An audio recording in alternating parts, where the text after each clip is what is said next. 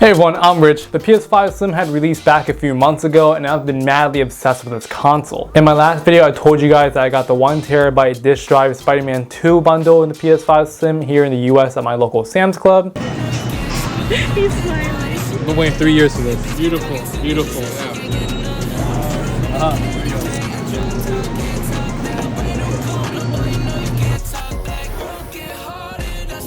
I have it sitting right there on the desk and I've been pretty much playing it every day. I recently just finished playing Astro's Playworld, which is the game that comes pre-installed on every PS5, and it's just been a blast. I think it's a very cute platformer game with some neat tricks up its sleeve, and I think it really shows the hardware capabilities of the PS5 as well as the DualSense controller. It's usually the first game I let my friends play when they want to try out the PS5, and they have nothing but great things to say about it. But I'm really digging the design of the PS5 Slim. Upon first glance, you can see that it's sporting a really curvaceous panel design. The top half is rocking this glossy finish with the PlayStation logo cutout on one of its sides. You gotta be careful with this too, by the way. I noticed it can scratch easily. While I was transporting this over to my friend's house, I placed it inside a box with the AC power cable, just slightly touching the top mistakenly. It kind of rubbed, and later in my surprise, it left a slight mark. Yeah, this kind of sucks. I also noticed it attracted a lot of fingerprints too, so sometimes I found myself wiping it down with a microfiber cloth. Sony had just released a new cover plates for the PS5 Slim, so I'm looking to get my hands on them later to see how the new colors, so let me know down in the comments if you want to see a video on that. Anyways, the bottom two plates feel better as they're made out of the texturized plastic, and they're really easy to pull apart too, which we'll talk about soon. On the disk drive end, they have the shapes protruding outwards towards the bottom, which actually serves the purpose of having it stand on its side, as they included two clear horizontal feet that fit in very softly. The feet have a rubber end to it, so if you happen to move this around or press down on it in one of its ends, the console can just move just a bit. I usually have my PS5 Slim stand up vertically most of the time, as I feel like it looks better and it's just a bit more sturdier in my opinion. Also, yes, your boy finally succumbed to paying $30 for the vertical stand that was sold separately. It looks like Sony is taking inspiration from Apple's approach by having a lot of the accessories sold separately. The regular PS5 already had an included stand, but you know, this stand literally doesn't serve any other purpose than just adding that last touch of bling on this sexy console. It's pretty easy to mount, as you just kind of line up a hole with the plate and screw it in.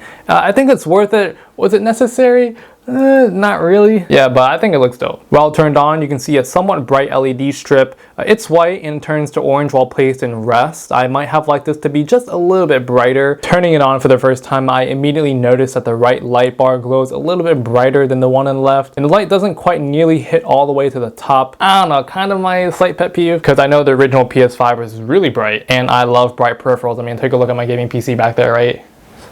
It's just a whole bunch of glowing colors. But towards the front, you have a very nice and clicky power button, which is always satisfying to press, and two high-speed USB-C ports, which is great for charging my controllers, phones, and other devices. The back has two super speed USB-A ports, an AC outlet, Ethernet, and HDMI port. I like how they put the USB-A ports in the back. I think it makes more sense for me if you want to put like an external hard drive back there, and just looks more cleaner towards the front. The good thing though with the PS5 disk drive model is that it allows me to play some of my old PS4 disc games, and especially now, there's just a large collection of used PS4 games out there, which is great. The eject button is solidly placed on the panel now, which makes removing and adding discs much easier. I know with the original PS5 model, they had it close to the power button, which made it a little bit weird sometimes, that some people had to kind of guess which one was which. You can remove the disk drive by gently pulling up the panel here, then lift up this cutout, and you can essentially turn this into a digital version if you'd like to. I will say though that the disk drive is pretty loud, like to the point where it's making my desk vibrate, especially when you leave a disk in there. The drive will rev up sometimes at weird intervals. Just listen to this.